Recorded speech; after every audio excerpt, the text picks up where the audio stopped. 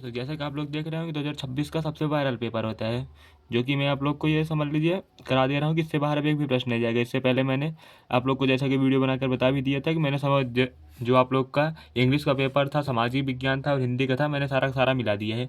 यहाँ पर अनुक्रमांक, नाम, कोड नंबर देख लीजिएगा, ये भी देख लीजिएगा। आप लोग को इस कोड का जिसका भी पेपर मिलेगा उसकी समझ लीजिए बल्ले बल्ले है, तो आप लोग इसे देख के जाइएगा, वरना मैं तो सारे कोड के कराऊंगा। आप लोग चलिए इसे देख लीजिएगा। यहाँ पर आपको बहुविकल्पी प्रश्न जो हैं और फिर खंडाबा में है, जहाँ पर आप लोग को सारे के सारे प्रश्न मैं कराऊंगा। तो आप लोग सबसे पहले वीडियो को लाइक कर लें, चैनल को कर लें सब्सक्राइब। चलिए हम लोग देखते हैं अब उसे प्रश्नों को एक जगह पर। चलिए हम लोग देखते हैं। चलिए दोस्तों पहले प्रश्न को देखते हैं। प्रकाश के परावर्तन के नियम सदैव सत्य होते हैं। देखिए अवतल दर्पण में भी होता है, उत्तल दर्पण में भी होता है, समतल दर्पण होते हैं। इनमें से सभी आप लोग को टिक करना होगा। चलिए दूसरा प्रश्न, किसी वस्तु का आवर्धिक काल्पनिक प्रतिबिंब बनता है। किसी वस्तु का जो है आवर्धित और काल्पनिक बनता है, हम लोग का उत्तल लेंस में भी बनता है, उत्तल दर्पण में भी बनता है और अवतल दर्पण में बनता है। कि इसका हम लोग का हो जाएगा ऑप्शन नंबर डी। हम लोग का ए और सी में, मतलब उत्तल लेंस में भी बनता है, अवतल दर्पण में भी हम लोग का आवर्धित प्रतिबिंब बनता है। चलिए हम लोग का ये राइट ऑप्शन हो जाएगा। चलिए हम लोग आगे बढ़ते हैं। अत्यधिक उच्च प्रतिरोध वाला पदार्थ कहलाता है, जिसमें सबसे ज़्यादा होते हैं, तो हम लोग का जो अर्धचालक होता है, सर्वाधिक प्रतिरोध इसी में होता है, सर्वाधिक।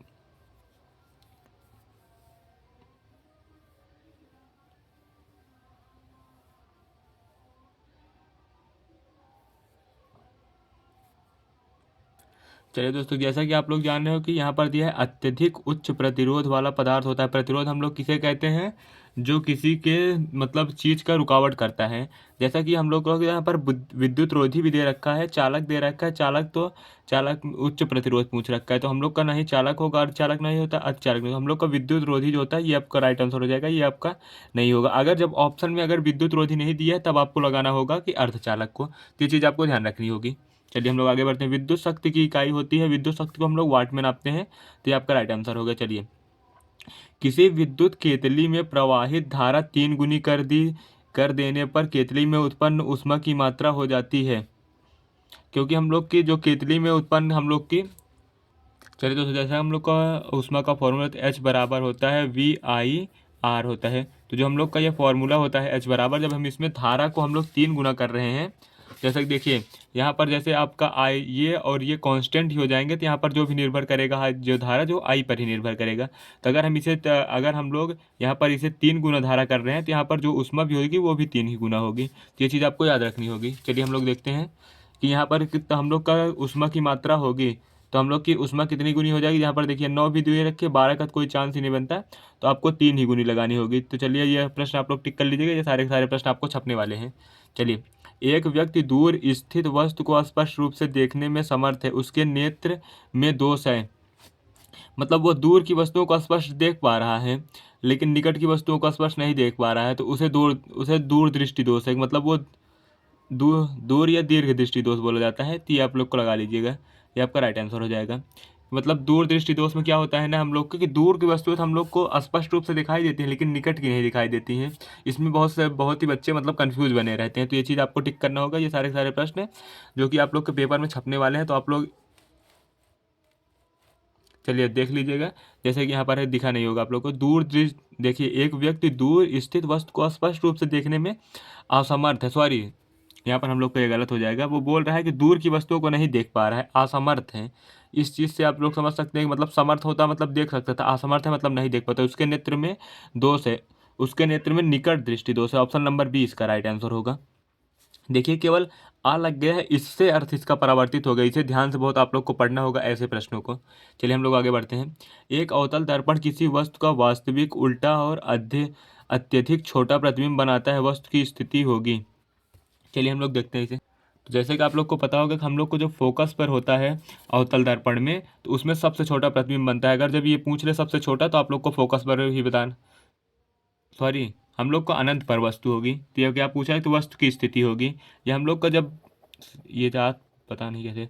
देखिए हमसे क्या वो पूछ रखा है कि वस्तु हम लोग का, ये मैं बता रही है प्रतिबिंब कहाँ पर बनेगा, प्रतिबिंब आपका फोकस पर बनेगा, लेकिन वस्तु कहाँ पर रखी जाएगी, वस्तु अनंत पर होगी। तो इस प्रश्न को भी आप लोग टिक कर लीजिएगा, उस प्रश्न को आप लोग को भी बिल्कुल ही तैयार करके जाना होगा। इस चीज़ को आप लोग को ध्यान रखना है। इसमें पूछा है वस्तु की स्थिति, मैंने सोच लिया था प्रतिबिंब की स्थिति पूछी है, तो इस चीज़ में आप लोग कन्फ्यूज बिल्कुल भी नहीं होंगे। चलिए हम लोग आगे बढ़ते हैं। कार्बन को वायु में जलाने पर कार्बन डाइऑक्साइड गैस बनना उदाहरण है। जब हम लोग जलाते हैं किसी चीज़ का, तो हम लोग उस चीज़ का क्या करते हैं, हम लोग संयोजन तो होता नहीं, कार्बन डाइऑक्साइड की हम लोग की मतलब बाहर निकलती है। चलिए दोस्तों, जैसे कि यहाँ पर है कार्बन है और हम लोग ऑक्सीजन को जब जलाते हैं तो हम लोग का यहाँ पर CO2 बनता है, जो कि गैस बाहर निकल जाती है। तो ये क्या हो रहा है, संयोजन हो रहा है, तो हम लोग के यहाँ पर हो जाती है संयोजन अपक्रिया। तो यहाँ पर हम लोग की हो गई संयोजन अपक्रिया। इसे आप लोग टिक कर लीजिएगा। ये सारे सारे प्रश्न जो मैं करा रहा हूँ, एक भी प्रश्न छोड़ना नहीं है, अगर अपने दोस्तों तक भी इस वीडियो को शेयर करना होगा। चलिए, जिंक चूर्ण पर तन सल्फ्यूरिक अम्ल की अभिक्रिया से कौन सी गैस निकलती है, तो मैं आप लोग को इसे करके दिखा दे रहा हूँ। चलिए दोस्तों, कि जैसे कि ये हो गया हम लोग का जो जिंक चूर्ण बोलता है, आप लोग को जिडेन धातु लेना होता है। ये जिंक है, आप लोग लिख लीजिए, ये जिंक है और ये सल्फ्यूरिक अम्ल है, सल्फ्यूरिक अम्ल। आप लोग को अब इसकी क्रिया कराएंगे तो आपसे पूछ रहा है कौन सी गैस निकलेगी, तो यहाँ पर हाइड्रोजन गैस बाहर निकल जाएगी, क्योंकि ये जिडेन जो हाइड्रोजन को विस्थापित कर, यहाँ पर जिडेन SO4 बन जाएगा, प्लस हाइड्रोजन गैस हम लोग की बाहर निकल जाएगी। तो ये आप लोग हो जाएगा राइट आंसर। चलिए हम लोग अब हाइड्रोजन यहाँ पर टिक कर लें, कहाँ पर है, हाइड्रोजन गैस बाहर निकलेगी। आगे बढ़ते हैं। सामान्य तापक्रम तथा दाब में द्रव के रूप में पाई जाने वाली अधातु कौन सी होती है। ये पूछ रहा है सामान्य तापक्रम तथा दाब में द्रव के रूप में पाई जाती है, मतलब द्रव अवस्था में होती है। हम लोग की क्लोरीन होती है, ब्रोमीन होती है, फ्लोरीन होती है, आयोडीन होती है। तो कौन सी ऐसी अधातु है। चलिए तो दोस्तों, जैसे कि आप लोग को पता होगा कि हम लोग का ब्रोमीन हो जाएगी, क्योंकि फ्लोरीन भी यहाँ पर गैस है, आयोडीन भी एक प्रकार की गैस है, क्लोरीन भी गैस है, केवल एक ब्रोमीन ही है जो पदार्थ है। तो हम लोग का यहाँ पर आंसर इसका हो जाएगा ब्रोमीन। ये चीज़ आपको टिक करके रखनी होगी, ये सारे सारे प्रश्न आपसे पूछे जाने वाले हैं। चलिए हम देखते हैं। प्रोपेन में क्रियात्मक समूह है प्रोपेनोन, एन प्रोपेनोन में हम लोग का क्रियात्मक समूह कौन सा है। जैसे हम लोग नोन जब लगाते हैं तो हम लोग का कीटोन जो होता है, हम लोग उसी के लिए नोन लगाते हैं। तो यहाँ पर हम लोग का ये तो अम्ल लगता है, जैसे COOH जो होता है ये ऑक्जेलिक अम्ल होता है। यहाँ पर हम लोग को OH है, ऑल होता है। CHO हम लोग का एल्डिहाइड होता है, और कीटोन हम लोग का होता है C+O। ये आपका सी ऑप्शन इज राइट। आपको ये चीज़ें टिक करनी होगी। अगर आपने अभी तक नहीं देखा तो मैं इसे करा चुका हूँ, आप जाकर हमारी पुरानी वीडियोज़ को देखें, आप लोग को पता चल जाएगा। चलिए, निम्न दिए गए यौगिकों का सुमेल कॉलम बी में दिए गए उदाहरण से करना है। चलिए हम लोग का यहाँ पर, जैसे कि हम लोग का यहाँ पर एल्डिहाइड दिया रहेगा, फिर बगल में ऐसे दिया रहेगा, तो हम उसे इसका मिलान करना है। चलिए हम लोग आगे पर देखते हैं। यहाँ पर एक है, इसके आगे वाले में मिलेगा। चलिए दोस्तों, जैसा कि आप लोग के यहाँ पर देख रहे हैं, एल्काइन है जो एल्कीन, एल्केन, एल्काइन। एल्काइन में हम लोग का ट्रिपल बॉन्ड होता है। केवल हम लोग का देखिए किसी में आपको ट्रिपल बॉन्ड नहीं दिख रहा, ये केवल इसी में दिख रहा है। तो ये आपका हो जाएगा, ये वाला बी का हो जाएगा डी। आप लोग यहाँ पर देखिए कि बी का डी किस में दे रखा है, बी का बी दे रखा है, यहाँ भी बी का बी दे रखा है। यहाँ पर हम लोग का जो यहाँ पर हम लोग का ए का बी, सॉरी, यहाँ पर हम लोग का पहला प्रश्न है, ए का हम लोग का यहाँ पर सी दे रखा है, बी का हम लोग का बी दे रखा है, ये नहीं होगा। यहाँ पर बी का सी दे रखा है, ये भी नहीं होगा। बी का डी यहाँ पर दे रखा है और बी का ए यहाँ पर दे रखा है, गलत। ये आपका राइट आंसर हो जाएगा। जैसा कि आप लोग देख रहे होंगे कि यहाँ पर देखिए दूसरा जो प्रश्न है, ये बी वाला जो है, यहाँ पर बी वाला जो है वो हम लोग का डी में है, देखिए दे रखा है। ए बी में है, बी वाला डी में है, तो ये आपका राइट आंसर हो जाएगा। आप लोग इसे टिक कर लीजिएगा अब जितना भी है। देखिए मैंने केवल एक से ही आप लोग को सारा का सारा बता दिया कैसे हो मिल जाएगा। चलिए हम लोग आगे बढ़ते हैं। जैव वह जैव प्रक्रम जिसके द्वारा हानिकारक पदार्थों का निष्कासन शरीर से होता है क्या कहलाता है। हम लोग का उत्सर्जन के द्वारा हम लोग का जो होता है वो सारे के सारे खराब पदार्थ बाहर निकल जाता है। चलिए, प्रकाश संश्लेषण के दौरान इनमें से कौन सी एक क्रिया नहीं होती है। क्लोरोफिल द्वारा प्रकाश ऊर्जा को अवशोषित करता है, यह तो होती है। प्रकाश ऊर्जा को रासायनिक ऊर्जा में परिवर्तित करता है। कार्बन डाइऑक्साइड का कार्बोहाइड्रेट में अपचयन होता है। ग्लूकोज का पाइरुवेट अम्ल में विघटन होता है। प्रकाश में रासायनिक प्रकाश प्रकाश ऊर्जा को और रासायनिक ऊर्जा में नहीं परिवर्तित करता है। ये चीज़ आप लोग की राइट आंसर हो जाएगी। प्रकाश ऊर्जा को रासायनिक ऊर्जा में नहीं परिवर्तित करता, प्रकाश ऊर्जा को रासायनिक ऊर्जा में हम लोग की बैटरी जो होती है वो करती है। ये चीज़ आपको याद रखनी होगी, बाकी सारा का सारा सही है। अब हम लोग आगे बढ़ते हैं।